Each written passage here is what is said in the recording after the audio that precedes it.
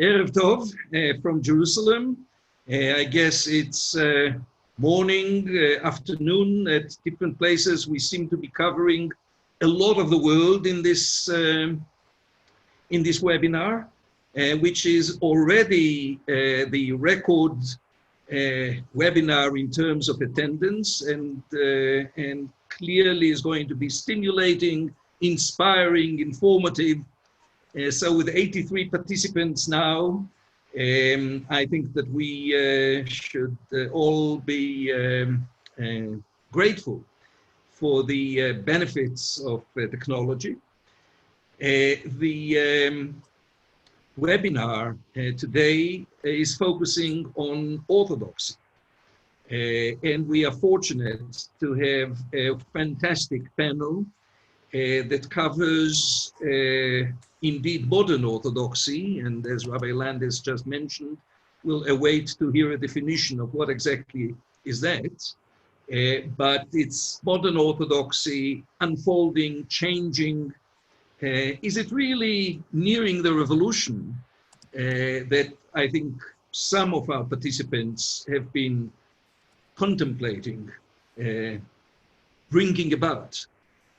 So our panel has only 4 participants, but it covers many, many angles, many perspectives, many locations, and I'm looking forward to it. So this is about modern Orthodoxy, and it's yet another webinar in the series that Hiddush is offering with its co-sponsors, J-Plan, the Jewish Pluralism Legal Action Network, Ruach Hiddush, the Rabbis and Cantors for Religious Freedom and Equality in Israel, which our distinguished moderator, Rabbi Lopatin, is a member of the executive committee of, and the American Association of Jewish Lawyers and Jurists. We have Steve Greenwald, president of the American Association, Peter Buxbaum, and possibly others. By now we have 88 participants. I just can't see the whole list.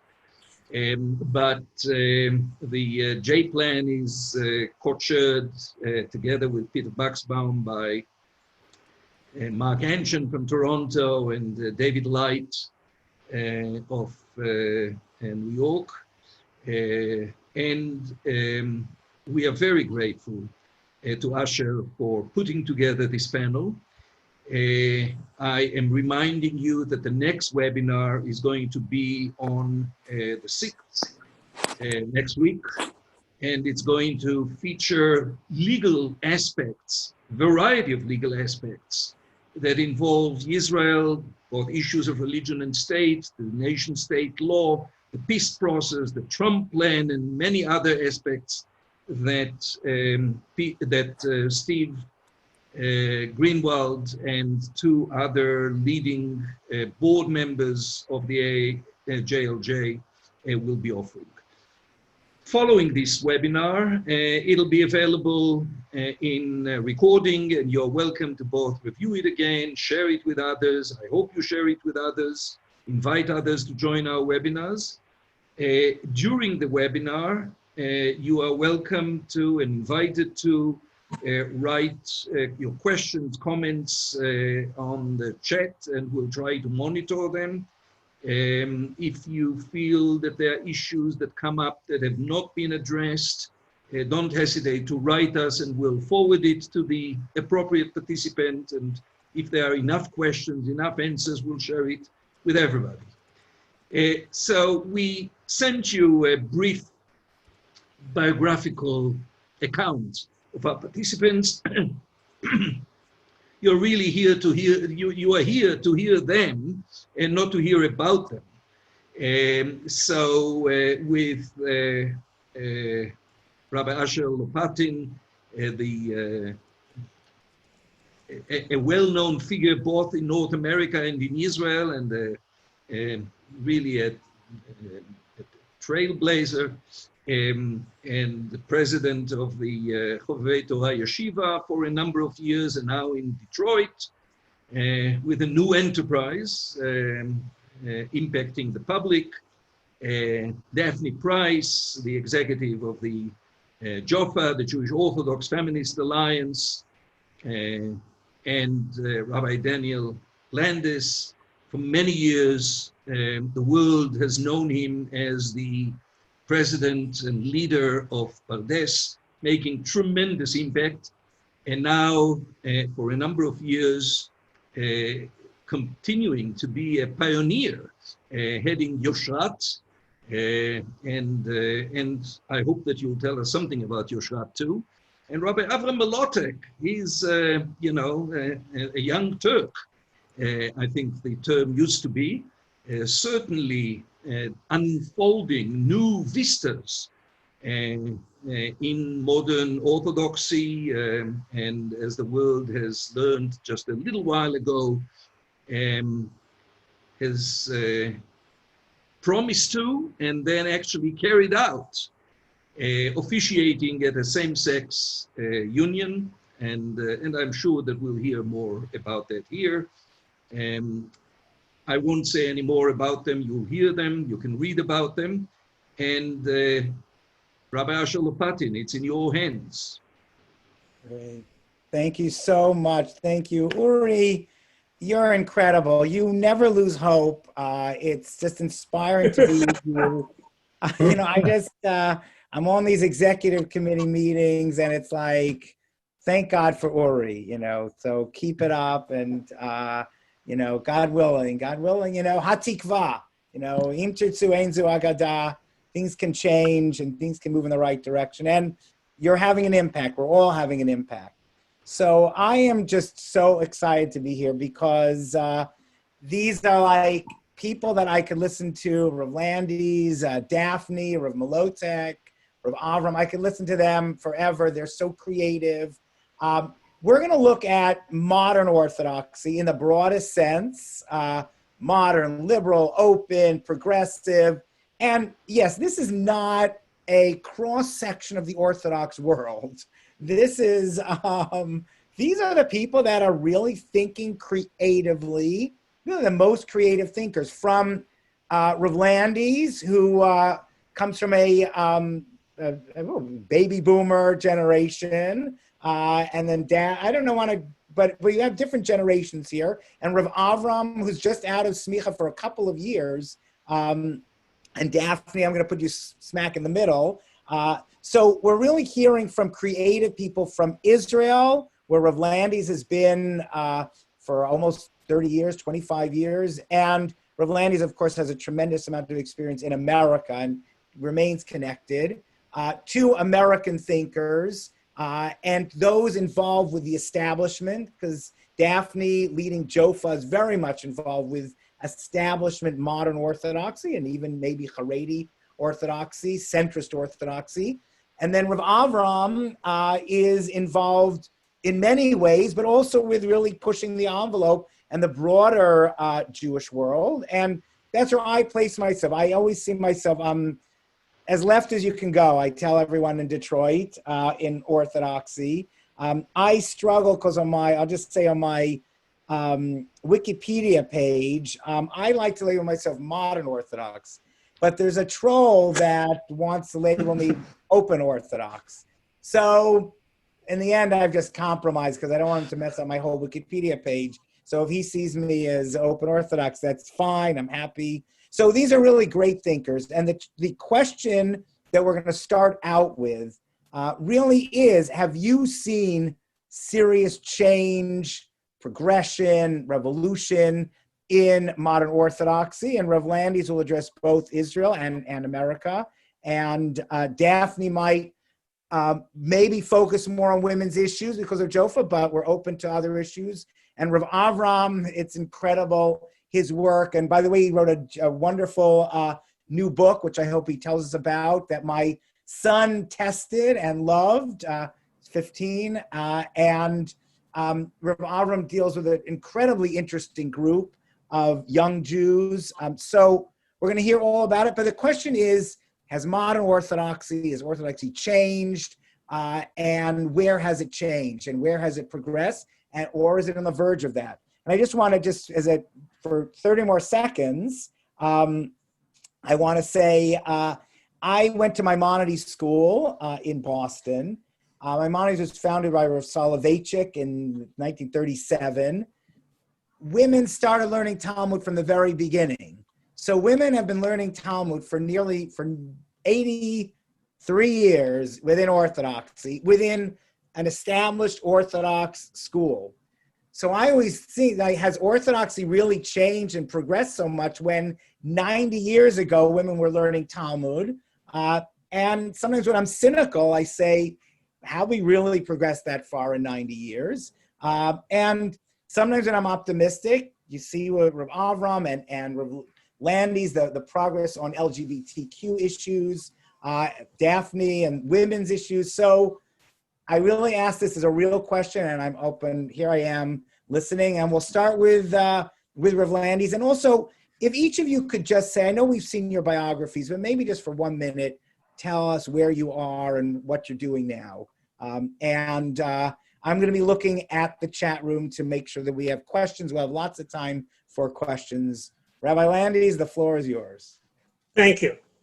Well, in terms of where I stand, I was looking yesterday at the list of those who signed Black Lives Matter, and I could be the only Orthodox rabbi from an Orthodox organization, from an Orthodox, if you put up your hand, Usher, tell me that your shul signed. If your shul signed. I think I did for the shul, I think. I'm going to look for it. Okay, then you have to. So I was the only one that I found, and a number of people that I found, a number of people called me that. They accused me of being open Orthodox. I said, just Orthodox, please. Just like a drink, just Orthodox. And two formerly good friends of mine said, yeah, Orthodox, like a drink on the rocks. Same thing for you, on the rocks.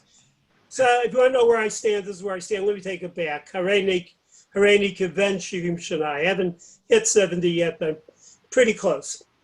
And I think modern Orthodoxy, I'll start with America, had this incredible challenge. Would it exist? Would Orthodoxy, even plain Orthodoxy, exist? And modern Orthodoxy wanted something very special. I draw from my bar mitzvah drasha, in which Ephraim and Menashe, the brachas in Parshat Vayechi, basically one was a Talmud Chacham, and one was very much involved in business and the world and government, and we should be both. Ephraim and Menashe, that's the bracha. And that was very special. We're very afraid of attrition, very afraid of losing out. What a great success, and didn't come easily. Success of the family was highly involved in the day school movement and the high school movement. This was before they were sending people off to Israel, going, and all of a sudden, Shomrei Shabbat in almost every field of endeavor, highly driven by the notion of keeping the faith. A lot fell out, but less than before, and being successful. It's a success story. Of course, in my mind, it's a success story that the very success is part of its, up to now, failure as well. Modern Orthodoxy is a religion for the rich. It's for the elite who can afford the schools, who can afford the camps, who can afford the clothes, who can afford the shidduchim, who can afford buying their way into society as well. Plenty of work. I mean, the privilege is earned, but at the same time, nonetheless, that's the direction. There's no place in modern Orthodoxy, as one example today, for actually poor people. There's no place. And that's just one of the indications. But the other indication is that while there's a tremendous interest in how one dresses, how one eats, every possible variety of food can be made kosher or kosher style, but 100% kosher. But the notions of racism, poverty, talk about America, poverty in America, disparity, in income disparity that in sense I mentioned, even within one's own religious group, is not talked about, is not interesting. Basically, the other great belief, Torah, and the secular culture, a great belief in Israel. And Israel's also a commodification of experience. You can buy the Israel experience. You send your kids to elitist institutions where they have their year, chas v'shalom, God forbid, they should spend 2 years because maybe they'll get stuck there. Then you send them off and you get to the best schools that they can be sent to. I would say the desire of my grandparents and my parents was I go study with Rabbi Soloveitchik. He said Boston. That was a desire. He talked in the shir about morality at the core. Where the hell is it in modern orthodoxy? Somebody's got to tell me about this. I know all the reasons for not signing Black Lives Matter. I've heard them. I know them. So what have they signed? What are they involved in? We don't do this, but we do that. So let me go back to, so I see American modern orthodoxy today has a crisis of finances, which means what I said before, not the crisis, how do you pay for all this? You can only pay for it by being successful. And once you're being successful, basically what you become is rising middle class trying to be rich, which has its own set of problems, and the neglect of the moral, it's tremendous neglect. And let me just tell you, right, and a belief in Israel. So you got Jared Kushner, an Orthodox guy, right? And he's in the UAE right now. And he's done a fantastic, even I wrote that it was a great part that he did. All that stuff is really great. But when the Lincoln Project, which you're aware of, which are conservative Republicans, but can't stand his father-in-law, want to have the definition of evil, they express themselves, and they're not anti-Semites, about Jared not going through with the COVID plan because there was, at the beginning, they wanted to punish the blue states. That's a success. That's our Ephraim and Menashe. You can have it. Let's go to Israel.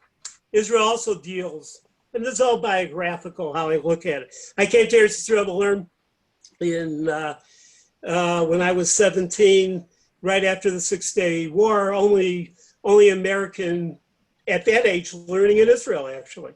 In any event, here was and I remember my students, you talk about money, they were poor. The students at Merkaz Arav, KBY was the only other yeshiva that was of that type, only 2 yeshivas of similar thing. No one had any money. I came with a trunk of clothes. My mother and father packed for me. My chavrutot owned 2 shirts, 2 pairs of pants if they were lucky. All right. Nobody had wheels. Nobody had nothing. That part has been overcome. But there was another problem, and it was a deep felt problem. All the Rosh Yeshiva were either men from Europe had grown into Tzionit Dati, religious Zionism, through great conviction, or they were imported guns from the Haredi yeshivas who wanted to make a living and like that's all, including with the high schools. Tremendous success. The universities, Dati Leumi, tremendous success. Something has anything but, and we've produced our own Rosh Yeshiva, even some Dayanim.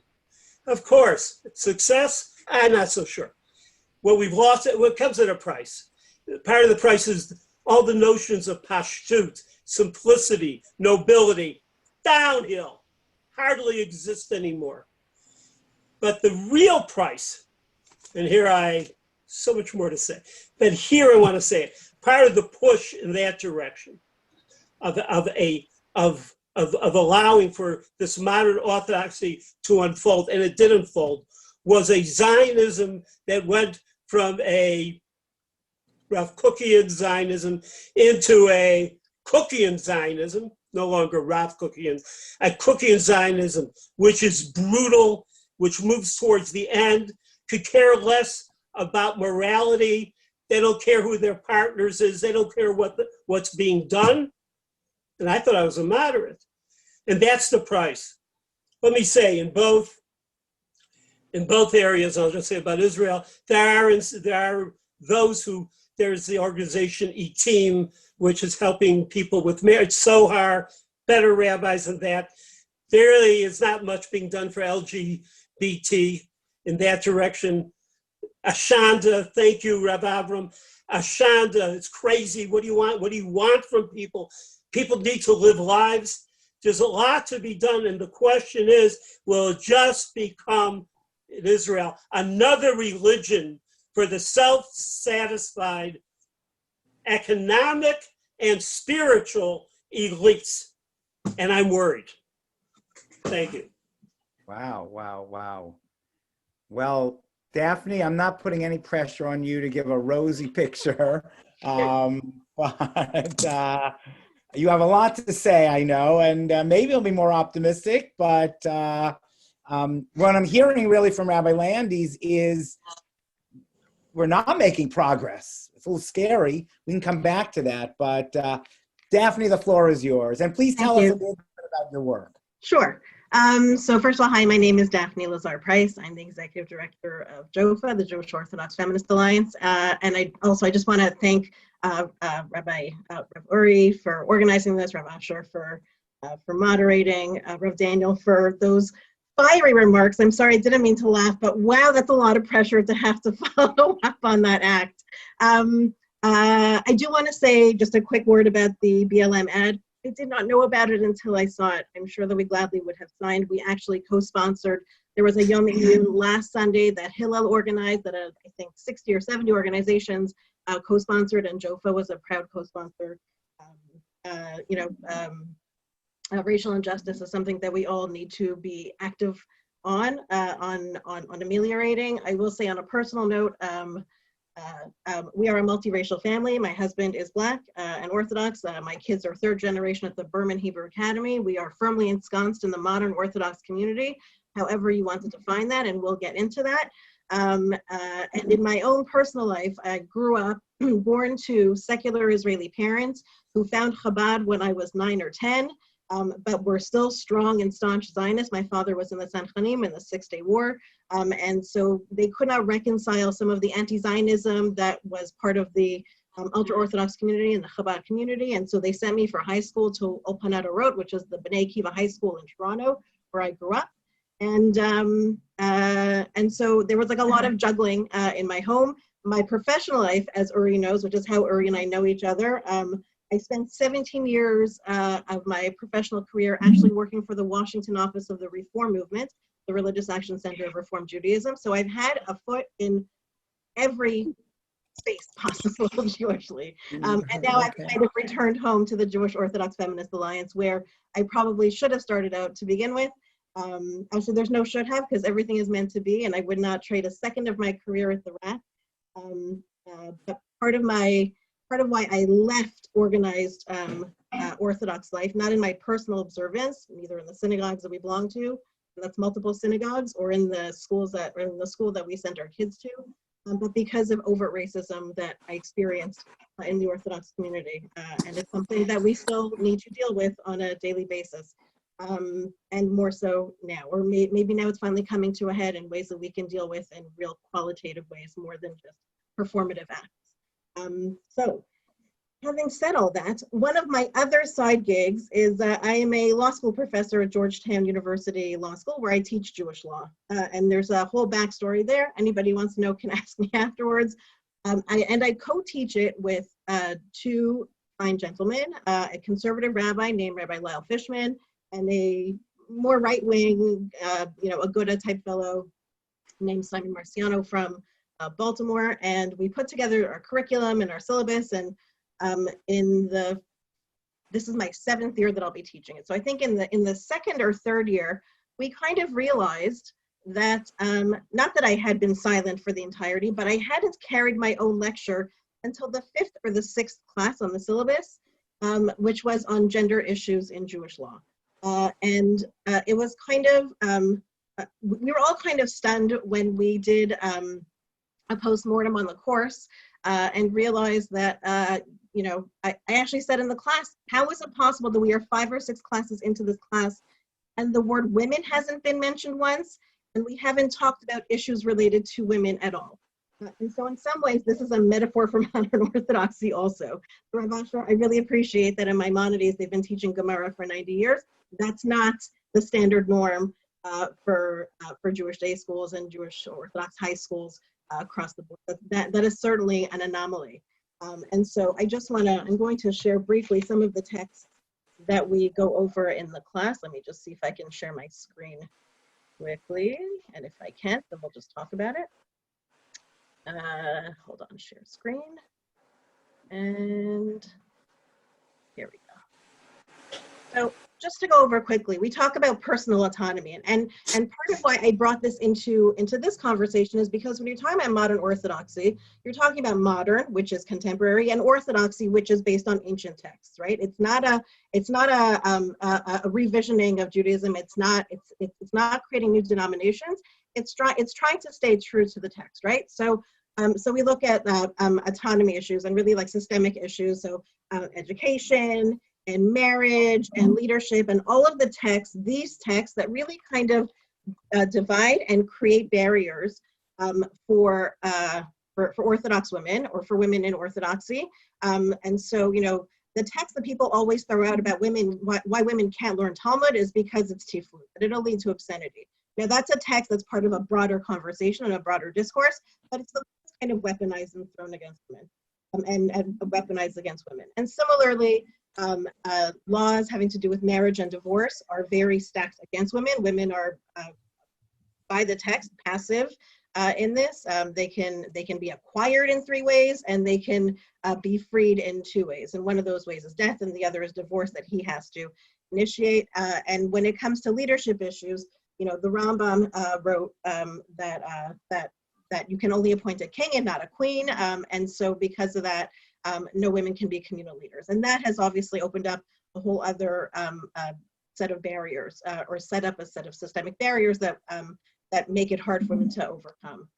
I'm just gonna gloss over a little more text having to do with minyan and reading from the Torah that, you know, talks about kavod tzibur, segregated spaces, and meaning machitza and shul, and kol isha. And so all of these are really barriers that are systemic, right? They're systemic, and they create both a conscious bias and an unconscious bias.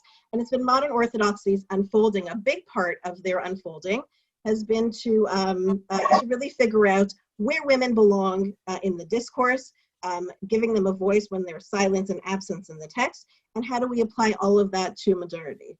Now, as Rabbi pointed out, some schools, or Maimonides and maybe other schools, have been teaching Gemara for 90 years, but for the most part, many Orthodox schools have given very limited textual study to girls, and that obviously seeps into other spaces: synagogue life, Jewish communal life, you know, barriers of where women can rise within Jewish communal leadership roles, things having to do with, you know, pay inequity in Jewish day schools, that the rabbis can get paid more than the teachers, et cetera, et cetera. And there had been other rumblings and other disruptions of women in Orthodox life. And I think that Lincoln Square Synagogue was the first, for example, to have a formal women's tefillah service in the shul. And that predated Jofa by a little bit, but come 1997, actually it was like late 1996, and Blue Greenberg and a number of other Jewish women were sitting around her dining room table, and we're like, we need to do something. Let's put together a conference, which they went to the Hyatt in Grand Central and, you know, took a space. Again, this is before the internet, before email. So I was a student of Bernard Revel. I'm sure that's how I knew about it. I'm sure that Dov Weiss, who's Rabbi Avi Weiss's son, we were colleagues together at Bernard Revel. I'm sure that he's the one that told me about it. And so, you know, we go to this conference. It's President's Day weekend, 1997. And Blue had told me, you know, more recently that right before the conference, they had 422 people signed up, something like that.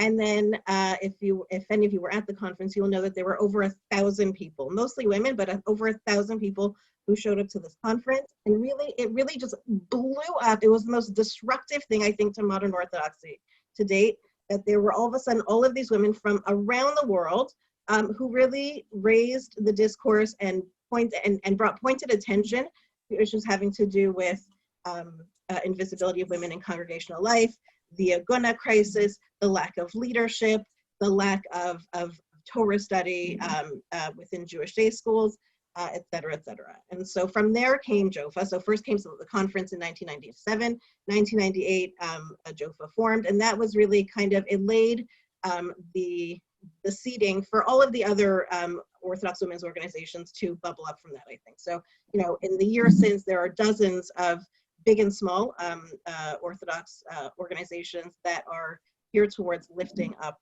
women or creating a more equitable and equal status within Jewish communities and Jewish synagogue life.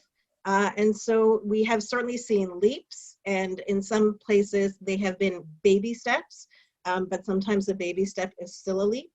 There's still a long way to go, particularly on the Aguna crisis, which unfortunately we still have yet to come up and be able to implement a systemic solution. I'm not talking about the one-offs, that when there are dire situations that, you know, that the rabbis pull all the stops to find a solution to that particular Aguna crisis. I'm talking about a more systemic situation. I'm talking about now what we have is a rise of erasing women, literally erasing women from the public sphere, from publications, and all, I mean, manals have happened from time immemorial, and that cuts across denominational lines. And I'm going to end off by saying that probably the biggest challenge to modern Orthodoxy now, Rav Daniel pointed out for sure that wealth is a problem, but now that COVID has kind of rendered everybody equal in terms of synagogue lists, or really diminishing synagogue life, what happens to Orthodoxy, modern Orthodoxy? Okay. Asher, if I may for just a second, I want to correct a mistake. I said it's the next webinar is on September 6th. It's on Wednesday, September 9th at noon. And the other thing is, you know, you mentioned it before we started, but I want to stress it. Since we have such an expendable, rich panel, we'll go until 8:30 Israel time, namely we'll go for an hour and a half, and I hope most of you, if not all of you, can stay with us. Great, great. Oh, wow. Thank you so much.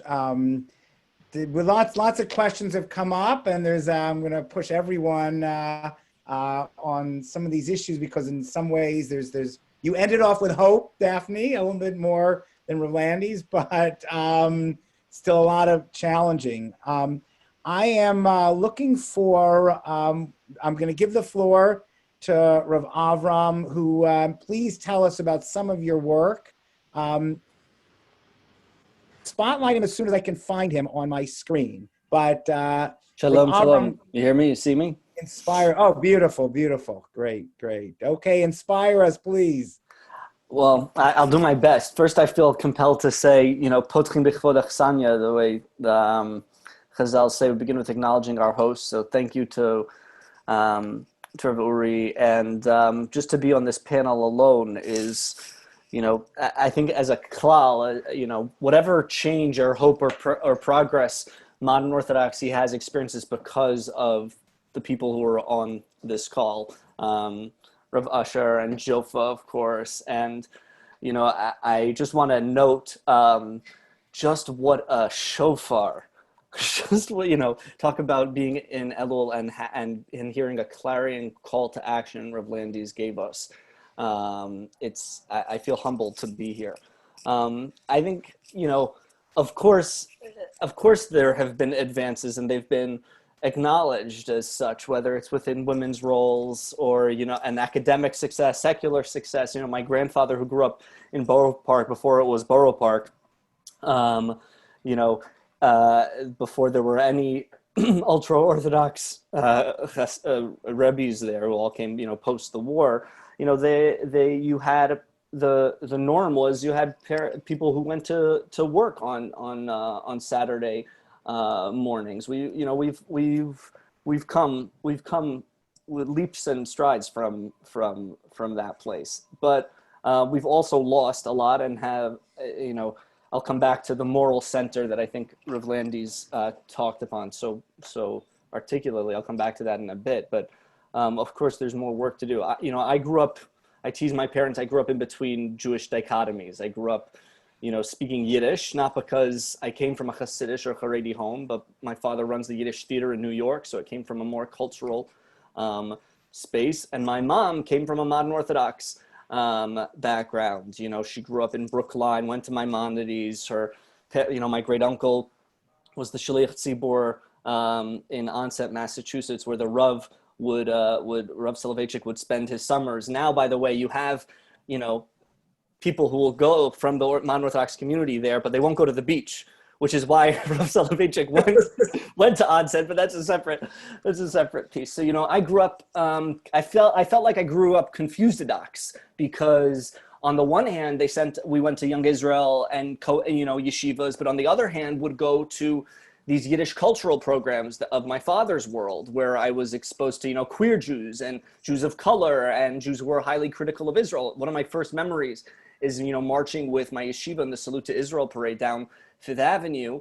And along the side with the Neturei Karta who were protesting, I saw some of the family friends from the Yiddish cultural community. And so as a 7-year-old kid, I remember waving and saying hello, to which, my Rabbi, a chaperone, said, no, you don't know them. And I laughed at him. I said, but I do know them, and so that's sort of where I grew up.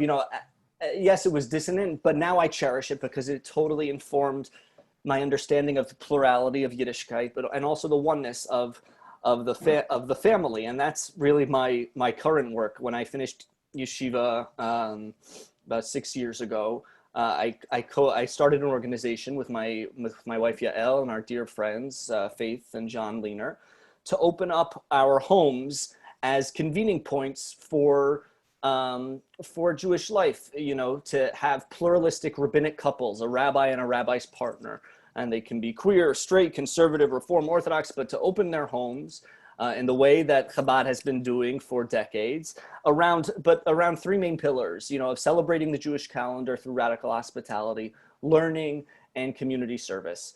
And that was, 6 years ago. We started with 2 in New York. Now, thank God, we have 9 and growing. And our rabbis come from all walks of life, and they're mostly working with young folks, people who are not rushing to join shuls and community centers, but are still seeking community and connection and learning, but on their own terms.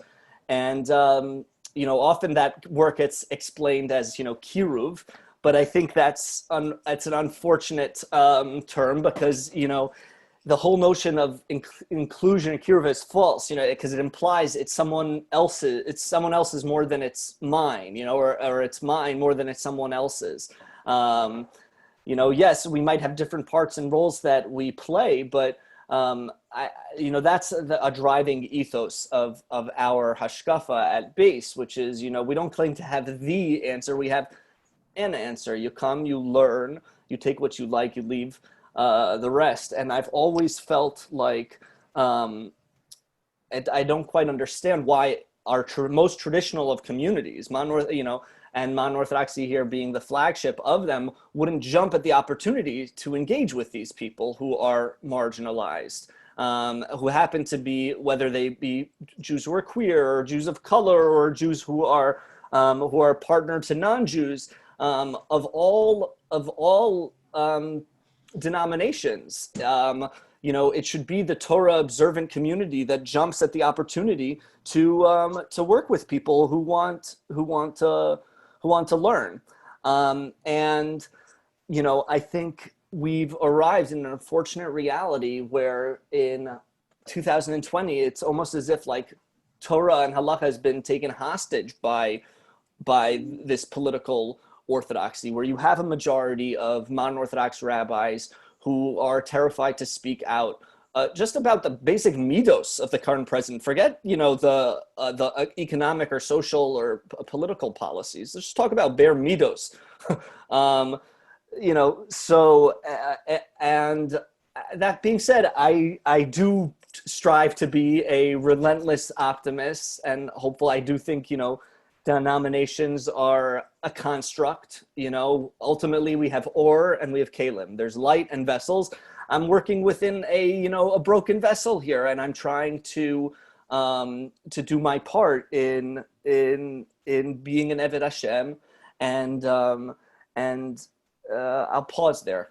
I know I'm probably well under my time, but I'm going to pause for the time being. Well, so since you are under your time, can I ask a couple of questions and B'simcha.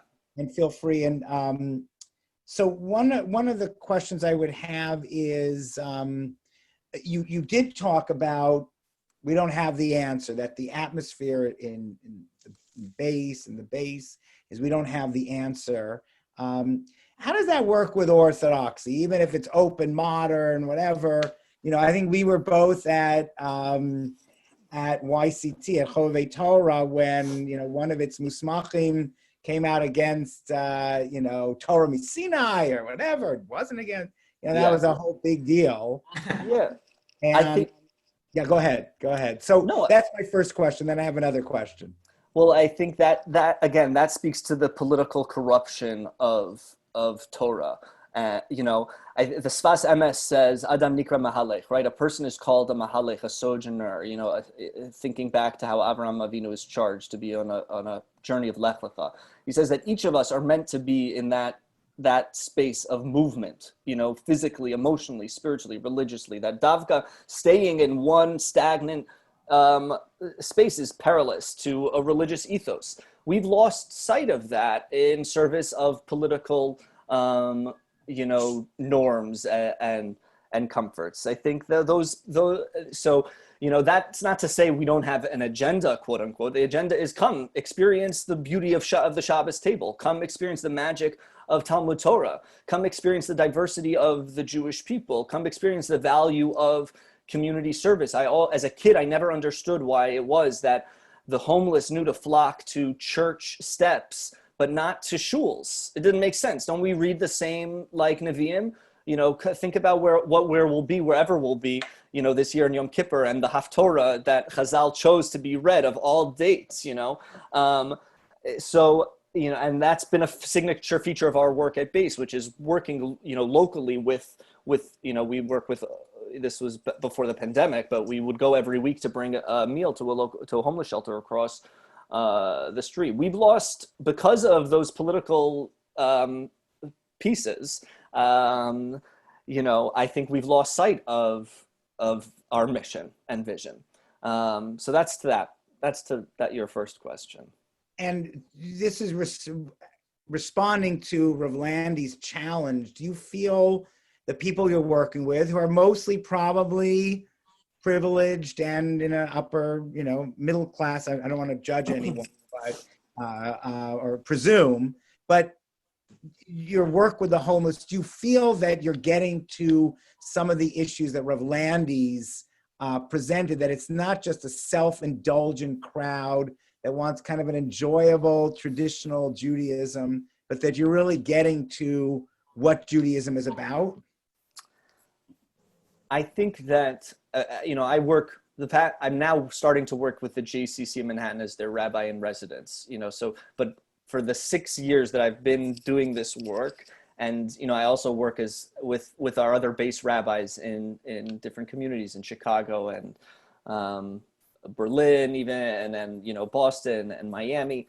What we've found is that young people, young people are thirsty for Torah. They're thirsty for authentic, you know, religious voices. Unfortunately, I think, you know, the systems and kalim that we have up until now have not been put to you know, to proper use. But no, I think there's a genuine thirst and craving for Torah, but it has to be modeled. You know, it can't be we can't shy away from from questions, which is the basis of my book, which I invite everyone to pick up a copy of. You know, What's the title again? Why Jews Do That, or 30 Questions Your Rabbi Never Answered. I remember being in yeshiva and, you know, a fellow Talmud saying, it's preposterous to say Judaism says, right? Because how do you condense a history of 5,000 years? You have to say Rabban Gamliel Omer, you have to say this or that. But it's like lo alecha hamlacha ligmor. Just because it's a challenging task doesn't mean you can't throw your 2 cents into the fight. And people are thirsty; they're craving for intel. So I think if we believe in the prized possession that is Torah as this divine gift and heritage, why are we breaking down? Why are we putting up these false barriers around sex or sexual orientation or whatever they may be? We should be letting all have equal access to that Torah. And Rav Landis, does this resonate with you? Rav Avram is saying that they're thirsting for Torah, and Rav Avram, I assume that your Torah meaning the Torah of Yeshayahu, of Isaiah, of helping the homeless, of helping the poor, of everything that Rabbi Landis was talking about. Rav Landis, do you feel that's the direction this younger generation might be going in? Okay, I'm more optimistic now. Okay, it won't last long, but it's a good thing.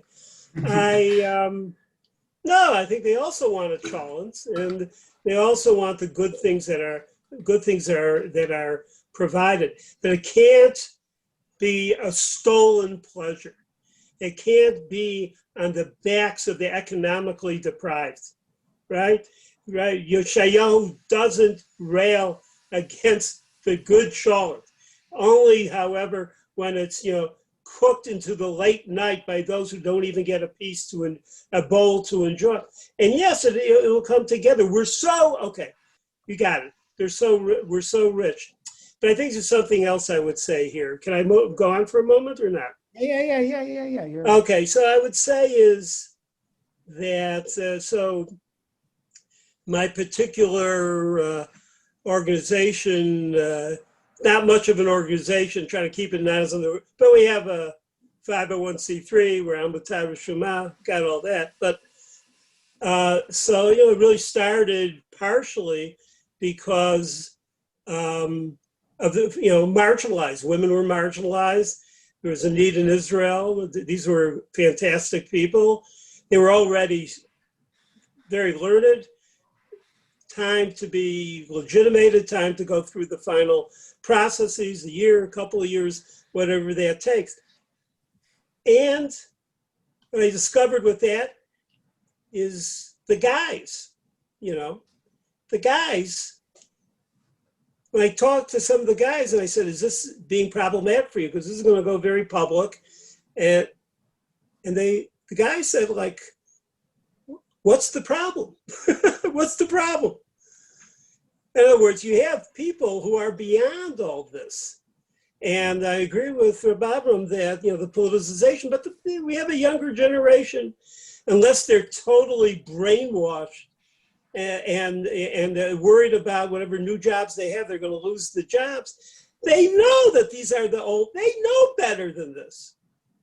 And therefore they also, in a certain sense, have been marginalized and corrupted because they have to go ahead with the shtuyot that have no part of a good religion, a great religion. My problem with Orthodoxy is I believe in it all. I believe in every jot and tittle.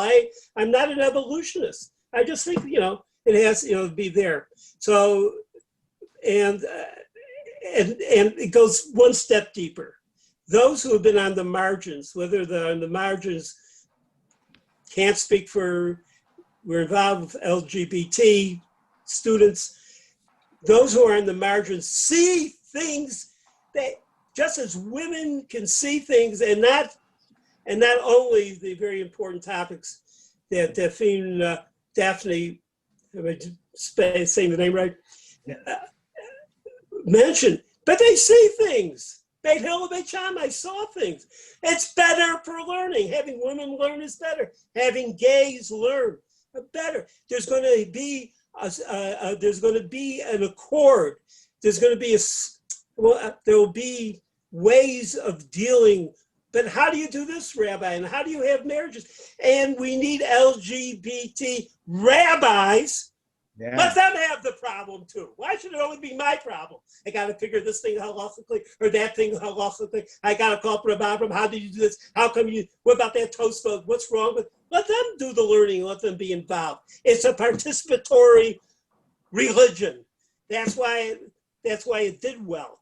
We're just opening it up. More Torah. Well, Daphne came up a lot, the outsiders and women. And,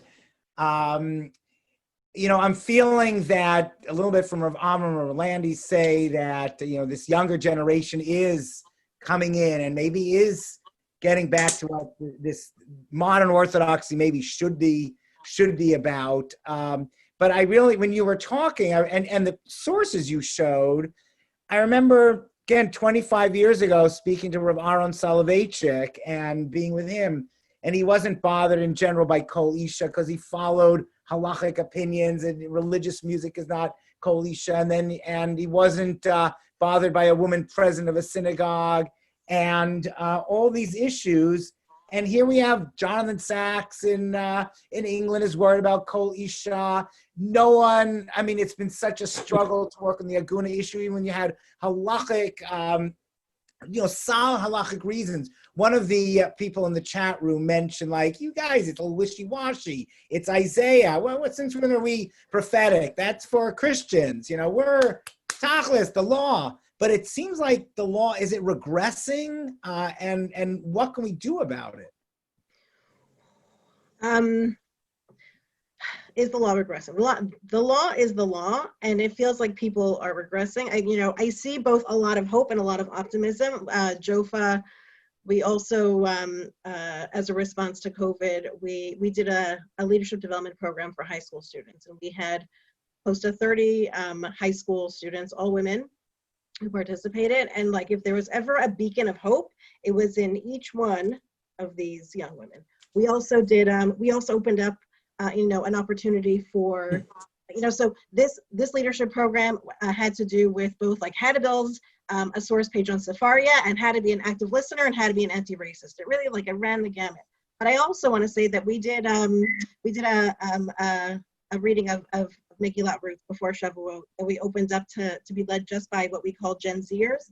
And these girls flocked to volunteer to read even like a few psukim because we had so many, and they brought all their friends to listen also. So there is like a both and within traditional and ritual life and out in the world. And I see so much hope for young people. We just have to wait for them to get there because unfortunately I'm seeing a lot of, I don't want to say failures, but maybe failures in our leadership. And what comes to mind to me first and foremost was I took over for JOFA on February 1st, 2019. And at the very end of January, New York passed the Reproductive Health Care Act, which really lifted all restrictions for abortion for women. And within a flash, all of the mainstream and more right-wing rabbinic Orthodox organizations put out statements left, right, and center, really making the Jewish approach almost like right-wing Christian, right? That is not our approach to abortion. And so the first thing that I did, even before I officially became on the, had the title on my email, was draft a statement in response saying, that this is not halacha and that we need to go back to the roots of halacha, especially when it comes to really what amounts to me is church-state issue. So there is a lot of hope. I see a lot of growth in synagogue life and in Jewish day schools, and I see a lot of room to grow. And it's, I get to earn my keep every day. Daphne, can I just, you're smiling beautifully. I'm smiling. I love smiles, especially when we're all wearing masks outside. It's great to see smiles. I mean, how, and I want to ask the other panelists also, how do you deal with day in and day out this struggle, this fight against the establishment? A lot of times, and without, do you feel, do you get support from different parts of it? How do you deal with this struggle? So I just want to say, and I know that this is public, so I will say in a very private way that I'm on the phone with the establishment behind the scenes every day, right? Like I prefer to call in than to call out. That's my style of leadership.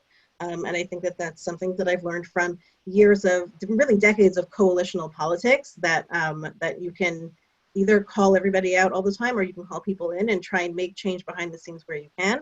So I want to say that that happens, but there are also times that we need to really call out. And you know, JOFA's public response to the rabbinic organizations on the Reproductive Health Care Act was such an example, even though it came very early on. Look, you know, we are a grassroots organization, which means that I can use my platform to also elevate other people and give them a platform and amplify their voice. And so that's very much the purpose of my work. Is not just for me to be on a webinar, but also to let people know that JOFA creates opportunities and helps to pave pathways forward for people who want to speak out on feminism and really on any marginalized population, and not just in my voice, but we have, you know, we host a blog, we run webinars, and we have our JOFA journal that really creates access and platform for mainly women, but really for anybody who has something of substance to say on an issue as it relates to marginalized populations. I'm inspired by the coalitions. Rav Avram, can I ask you also a similar kind of question? And you're, you know, from just coming out with Smicha a few years ago, the younger generation. I mean, I want to, you know, in particular, their issue of LGBT, because LGBTQ plus, because, you know, I felt there was, I mean, it's very public information that there was a student that was not giving smicha, and the only Jewish leader who would give him smicha who would step forward, was Rav Landis. And there were many other leaders that I spoke to. I mean, I'll say it here, I also gave him smicha. We both gave him smicha, but the public one was Rav Landis, and Rav Landis is Rav Landis. And I went around to many modern Orthodox speakers who would not do it, leaders, modern Orthodox leaders, open Orthodox leaders. Even I want to give a shout out to Natan Lopez Cordoza, who attended the smicha ceremony. And that was a bold move, but Rav Mlotek, Rav Avram, you're looking around at your leaders. How do you deal with this, that you might be in a different place than your leaders? How do you deal with it? I take a deep sigh, which is what I just did as I was being unmuted. You know, I think Hashem Svasai Tiftach, you know, I feel grateful that was a sad day for me and for so many of my colleagues, students, certainly for Daniel, who's a friend and colleague. You know, I take chizuk that there is I think, small but growing faction of however you want to, Orthodox on the rocks, however we call, of people who are rooted in Torah and mitzvot, and who are living with their eyes open to the broader world. And we are part, you know, I think both Rav Landis and Rav Asher are a part of this organization called Torat Chaim, which is an organization of, I think, upwards of 200, maybe more, Orthodox rabbis, men, women, who are committed to a different type of orthodoxy than we've seen. Over 300 Rav Landis, I see, and people can see it online. Torat Chaim Rabbis, I think, is the website, but that's really been led by another light in this world, Rav Shmuley Yanklowitz, who has been a foremost, you know, an outspoken leader on so many of these issues. And I saw someone typed in questions around climate change earlier, and Shmuley really is a beacon in that way. That's where I gain my chizuk from. It's from voices like his, from voices like yours, Rav Asher, and how fiercely you stood up in those moments. Rav Landis, of course, Rav Yitz, you know, Greenberg. I do think those voices are there. Sometimes we need to magnify them a bit more. But I also want to speak to something that you you know, you were talking about earlier, which is just a general relationship with the more establishment communities. I think there's a feeling within some of these communities that, oh, that's not like unser. That's not like our issue. Those aren't our problem. It's theirs problem. When like you have daughters, you're going to have gay children, right? Everyone has access to the internet and will be exposed to a diversity of ideas and thought. These questions that the modern Orthodox community is taking up are just as much theirs, as they are ours. And at least in my work in base, we often get a lot of, I jokingly call it Orthodox refugees, people who have come from ultra-Orthodox homes, but who are seeking to re-enter into their Yadus in a different type of way, sometimes with a Jewish partner, sometimes with a non-Jewish partner. So I just want to say that the work is it's all of ours. It's not just those of us who are willing to put out our neck a little bit. Thanks. Daphne, we're all of us, I think. Well, it's interesting. I'm now with JCRC AJC in Detroit. I have a little shul, a little modern Orthodox shul also, but I work for the Jewish Community Relations Council. And Rav Avram, as you mentioned, works with people that are Jewish Orthodox refugees, all types. Rav Landis has given smicha to a wide swath of people, not everyone that calls themselves Orthodox. So I have Daphne, you're JOFA, Jewish Orthodox Feminist Alliance. So it's a question for all of you. But if we could start, how have you stayed loyal to the Orthodox? One of the questions is the relationship with conservative and reform, pluralism, and part of that also question is how have you stayed Orthodox? Why? When the Beit Din, there was a woman who was declared by Rav Sperber not to be an aguna, and then the Beit Din in Jerusalem, they had to allow pedophilia in order to make sure she remained an aguna. It's a complicated case. So, but it's crazy. How do you stay Orthodox in this kind of thing? Are you asking? I'm asking, yes. Look, I alluded earlier that I had issues with some organized elements of Orthodox life, and I still do, and it's why I'm in the work that I do. I think that there's a difference between being halachic and as such identifying as Orthodox, because that's just the construct that we have, versus aligning myself with the people who abuse the system, with theocrats who abuse the system, who decide to take law onto themselves and interpret it in a way that is not v'chai bahem, that is really meant to harm the people. It's meant to use to protect. And so, we can look at the aguna crisis. To me, is probably the most egregious example because it's ongoing and because it's really, and any woman who gets married and anybody who marries off a daughter is basically saying, I'm stepping into a situation that I may never be able to step out of if I want to, right? And that is a halachic construct. Now, in a menschlich world, somebody says, I don't want to be married anymore, they should be allowed out. In a non-menschlich world, we have a situation where both perpetrators of abuse and people who are enablers of those perpetrators of abuse have too much power, and that's the part that needs to be undone. That to me is not Orthodox. Mm-hmm. Great. Okay. Rav Landis, can I ask a similar question? Just that, how have you had the courage and oh, please. Okay, so let me. I'll tell you the only thing I'm afraid of. Sounds funny. Kosh Baruch Hu. I'm afraid of disappointing my students, and I'm terrified of that. So I'm not such a brave person. I teach them a certain kind of Torah. And in terms of, when I was pursuing, her well, my wife Cheryl, and she said, I don't know if I could marry you. He never had a spiritual crisis. I said, it's true, I never had a spiritual crisis.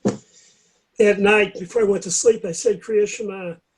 I said, I never, not a Braslover, I don't speak extratemporaneously, just the prayer book.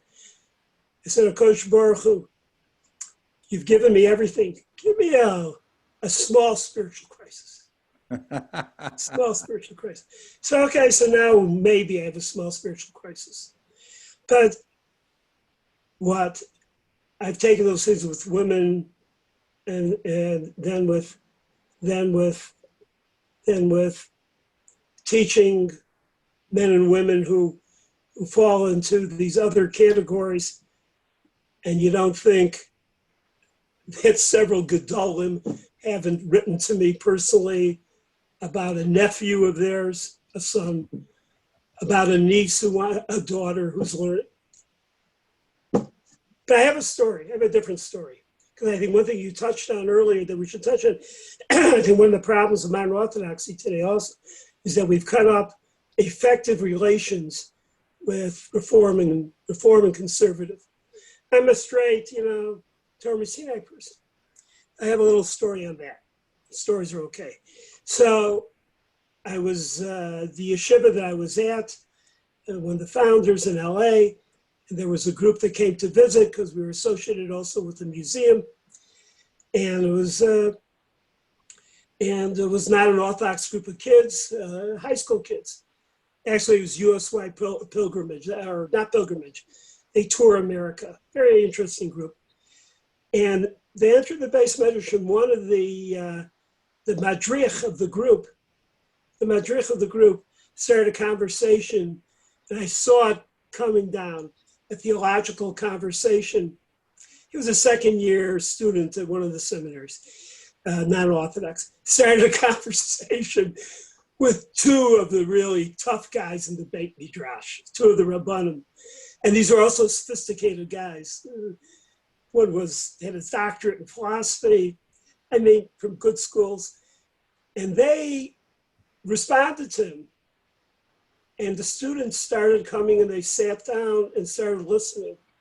And basically what they did was they sliced and diced him. They tore him apart, never arguing, never yelling, but they knew what they were doing and they did it, and then they left. When they left, I turned to there's several other guys around, fellow colleagues. And I said, what did you do? You destroyed this guy. So the first thing they said to me was, you didn't stop us. They were right. You didn't stop us. I still see that finger.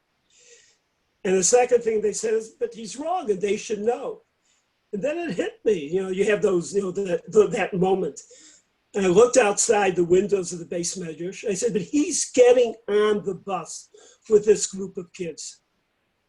We're not getting on that bus. He's our shliach. We should argue, but we should also build him up. He's doing our work.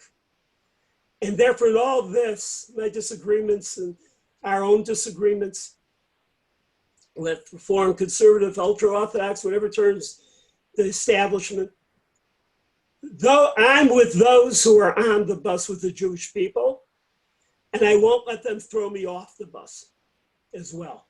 You're on the bus with the Jewish people, we're on the bus with the Jewish people. We have to make it work. We have no alternative. So making it work, do we need Orthodox? We need that title, Orthodoxy, and even Torat Chaim. To be on Torat Chaim, you have to publicly identify as Orthodox. Mm-hmm. So, Rav Avram and Rav Landy and Daphne, what is it work? This is just a keli. It's not the or. It's just a kli. So do you want to, Rav Avram, have you struggled with Orthodoxy or?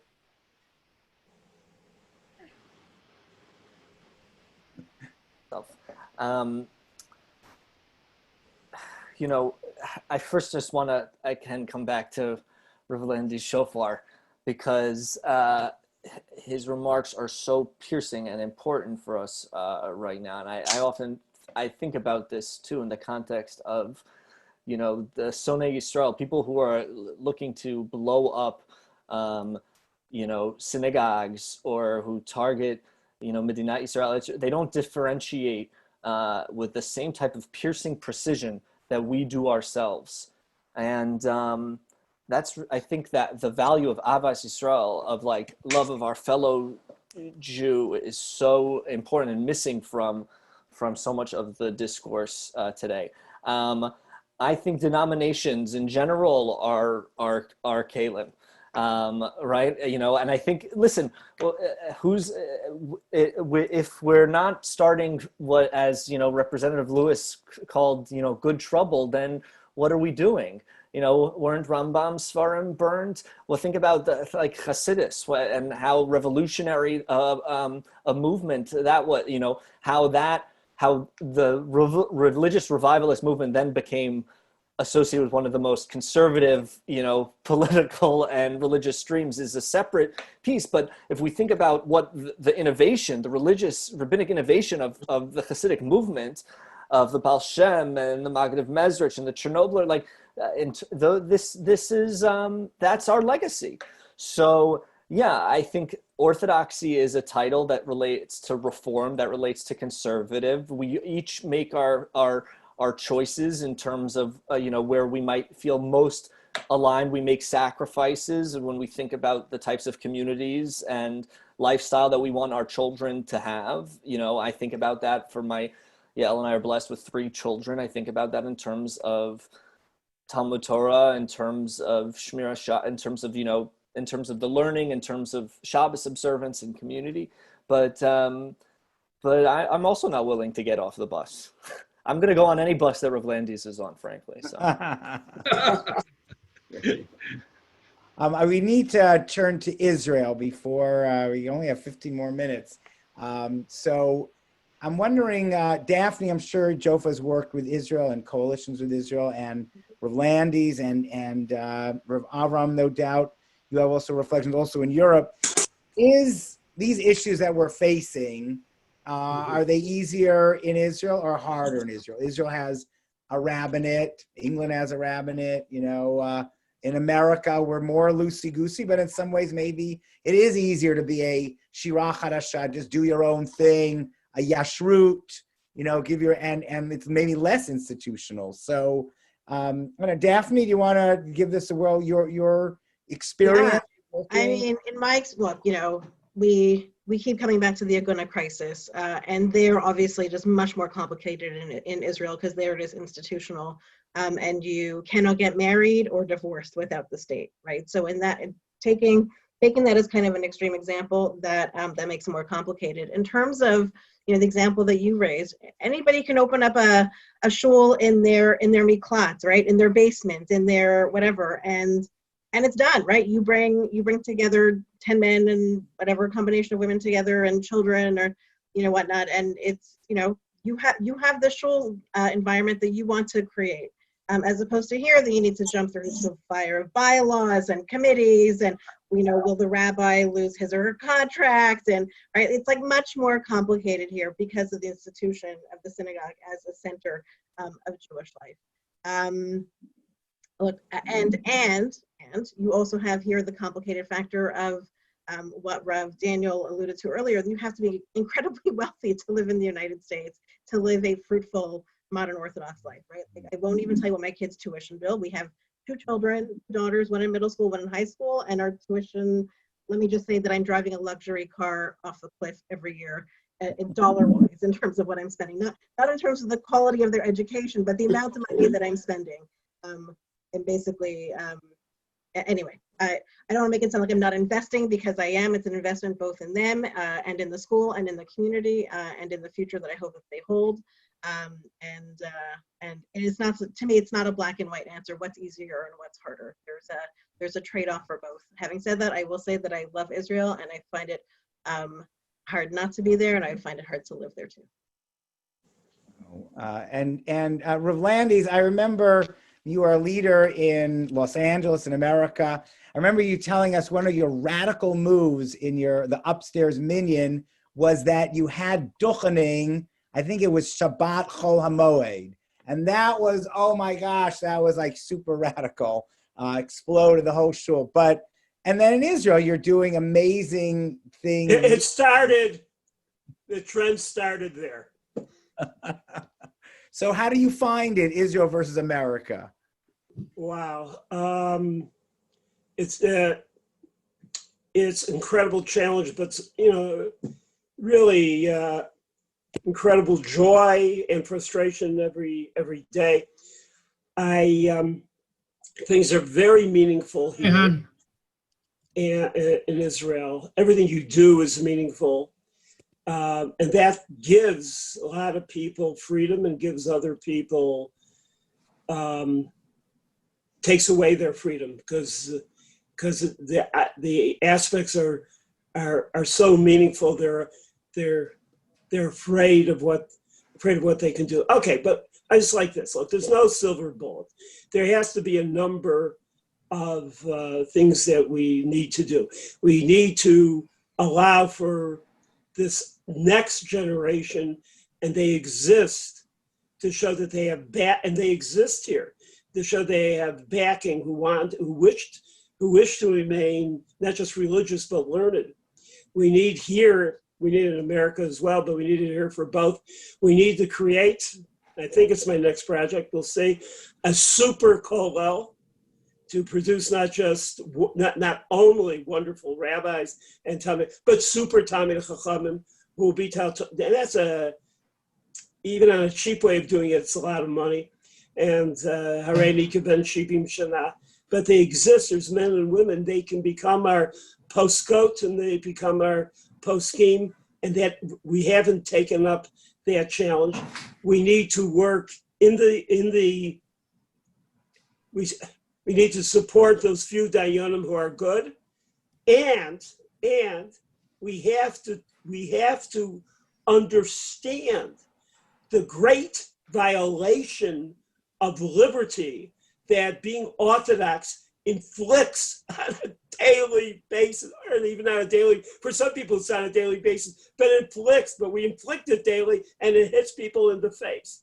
And we have to not only understand it, become nicer, and it's not bad to be nicer, but that's not the solution. We have to figure out, we have to kind of like compel our religious leaders to say, well, what's finally going to be the solution? I'm afraid that it will only be halachic compromises will only come when there is a terrific pressure from the citizens of Israel, and I'm a citizen too, that you can't put people in cages. And I think that's coming down, and I fear for the fact that may be the only way, but if that's the only way, I'm on that side as well. Rav Avram, You can't do it to people. You can't do it to people. Everybody in America has one, somebody within the family goes off the derech. They're off the derech, they live their own lives. Maybe they'll come back. The notion of religious freedom is axiomatic in America. Even the most right-wing, conservative Trump supporter knows that religious freedom. And here, the most left-wing, Orthodox, abrasive rabbi doesn't believe in religious freedom. There is a conflict there. Please at least acknowledge the conflict. Wow. Do you feel that, Rav Avram, that religious freedom, and you feel that also, that sense that it'll come from the bottom up, that, when the citizens rebel, then orthodoxy will be transformed in America? Verves. Who knows? I think I feel there's a certain energy of Torah Eretz Yisrael that comes in terms of that it's that we need, frankly, in terms of, I'd say, within like the Orthodox community in Israel, in terms of training women to be or whatever it might be, in progress that we haven't frankly seen within the Orthodox community. But Gadol, you have the monopoly of the chief rabbinate, which has stifled religious pluralism. And what Rav Landis is talking about, I think, is really true. You don't have secular weddings in the Jewish state I think as religious thinkers, I always say to my students that to be a Jew today, we make a choice. It's a choice. Even I think the most fundamentalists of Jews make a choice to be, because as we've seen in unorthodox and however many, there's a new phase of watching folks who've left the ultra-Orthodox communities. It's a choice to live in this in this particular way. So, I think we have to be doing whatever we can to enable that. But I look to organizations like Yeshrut and other, and my colleagues in Israel to lead that work. Well, we have 6 minutes. I do want to apologize that you mentioned, I think, Rav Avram, very briefly, climate change and the environment. And I just apologize that we haven't really dealt with. I think that's an issue. I don't know. I know that, like you said, Shmuley Yanklowitz has, and there is also Kanfei Nisharim. I think there's a couple of other. There are some organizations. It probably is not an issue that modern Orthodoxy has not taken up sufficiently. But I think, and I apologize that I don't think we're going to cover it today. But let me give everyone 2 minutes to close out and to say some, whether it's positive, whether it's tochecha, whatever it is, and we'll go in the opposite order. Avram, please start us off. Achashalti me'etz Hashem, we find ourselves saying every day in these months, which is, to dwell in God's house. I think we live in a very polarized, politicized, cynical environment, and for good reason too, when we look at our religious and political leaders. But if we can return to that primal religious, plea that David HaMelech composed for us, that we still say, if we can try and reclaim some of that moral integrity that I think Orthodoxy as a movement has lost, if we can try to still listen out for those voices that we've neglected and marginalized over the years, then we'll be better for it. I feel privileged to be here today, and I have hope. Kavel Hashem, we say. Amen. Amen. Thank you. And Daphne, please. My favorite line in all of Tanakh is when Mordechai tells Esther, "Who knows if you were put here for such a time as this?" It's kind of like a universal, why me, why now, and God's plan. All of us, and I don't just mean those of us on the panel, but those of us who have called in, and those of us those of us who are watching on Zoom, and those who will watch it later, we all have the ability and the potential to make change, right? It's not just about these faces who are on the screen. It's about each of us digging in deep to see what we can do to create positive change, whether it's in our own microcosm and hopefully more broadly in the world. And every time you turn on the news, every time you read the newspaper, every time you see an injustice in the world, just ask yourself, was this put before me so that I can react in such a time as this? That's my blessing to all of you. Thank you so much. Thank you. Thank everyone at JOFA also for your brave work. Thank you. Rolandis, take us home. Well, here I was. I was finally getting optimistic with my two younger colleagues, and you mentioned climate change. So what the heck? I think the trick is going to be, in terms of at least the religious jury, will be to change the notion of God's creation or the world as a pagan concept, or a Beatle concept, into it's God's creation. Bereshit bara. So God creates something important. So I offer that, and I'll say there are Orthodox Jews that we haven't credited working in every area, including climate change. And there has to be a way of us pulling it together. And Daphne gave us an opening for that, but yes, on this tonight. Thank you. Well, thank you, everyone. Uri, I'll let you Thank wrap you. it up. Let me just say that I just, you know, with all the difficult world, but, you know, leaders like Avram and Daphne and Rolandis, it's just, there is a lot of hope. And let's all, the most important thing is let's all try to come together. I think there, even within modern Orthodoxy, I'm always stunned that there's this rabbi doing that and this person and this one who can't do this because they're doing that, and this issue is not their issue. And let's somehow try to come together and be the force that I think we could be. Well, this is exactly why we came together to create Hiddush and Ruach Hiddush, realizing that indeed, in spite of the sort of conventional division between Orthodox and non-Orthodox, we can and do all come together, not just for you know, making them flowery statements, but rather because there is so much agreement within us and among us that the reality does not represent, not only does it not represent Orthodoxy, it doesn't represent Judaism. Again, we'll send to all those who registered for this webinar one simple way of standing up and being counted, not in terms of climate change, but in terms of most other issues. And that is the vision statement on Israel as a Jewish and democratic state.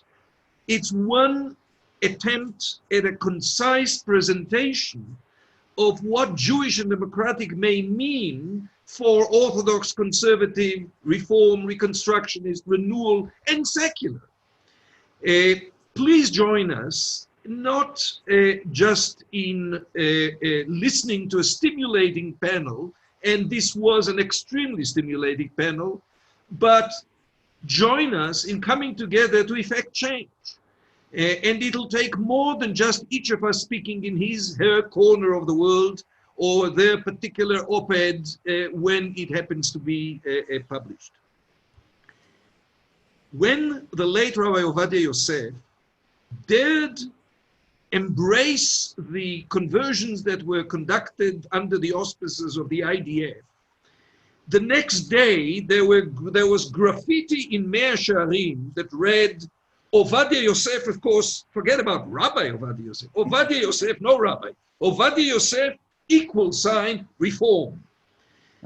Just imagine what they would have said listening to your fine presentations of what modern Orthodoxy may indeed embrace and bring about for the world, for the challenges that both Israel and American Jewry and world Jewry. And we have Irene from London bemoaning the fact that in England, you know, what you have described is so much of a progress compared to some of the challenges that they are still facing. Thank you all. You've been wonderful. You've been, you know, you met all the hopes that we attached to this panel and clearly provided for incentive to continue.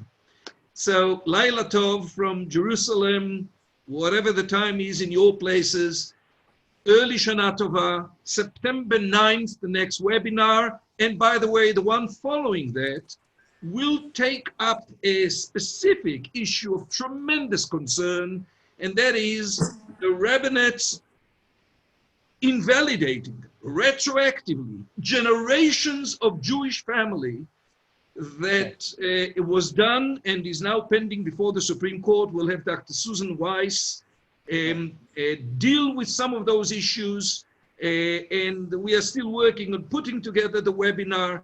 But these issues, whether looked at conceptually and holistically, or specifically at the tragedy, at the victims, at the injustice, at the institutionalization of religion that tramples on Judaism, will be taken up, hopefully with you and with your cooperation in our upcoming webinars.